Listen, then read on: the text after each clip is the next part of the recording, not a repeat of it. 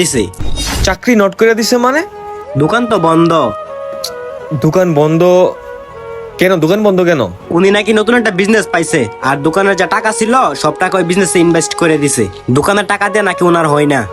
দোকানের টাকা দিয়ে হয় না? আর এটার মধ্যে তো ভালো ইনকাম হইতো। প্রত্যেকদিন তো 60 থেকে 70 হাজার টাকার মতো বিক্রি হয়, আর না হইলেও তো লাভ প্রায় 25 হাজার টাকার মতো থাকে। হ্যাঁ এটাই তো। এইটা দিয়ে তার হয় না। আর আমার এদিকেও টাকা দিতেছে না, আবার দোকান খুলতেছে না, কি যে করে কিছুই তো বুঝতেছি না। ভাই বিষয়টা আমিও বুঝতাছি না, উনি অনেকদিন যাবত দোকান বন্ধই রাখছে। আর ওই তো এটা অনেক ভুল করতেছে, এটার মধ্যে তো অনেক ভালো ইনকাম হইতো।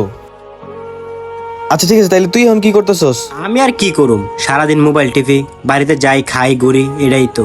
আচ্ছা ঠিক আছে, যাই দিলে থাক। আর ওরে বলিস দোকান খুলতে। আচ্ছা ঠিক আছে।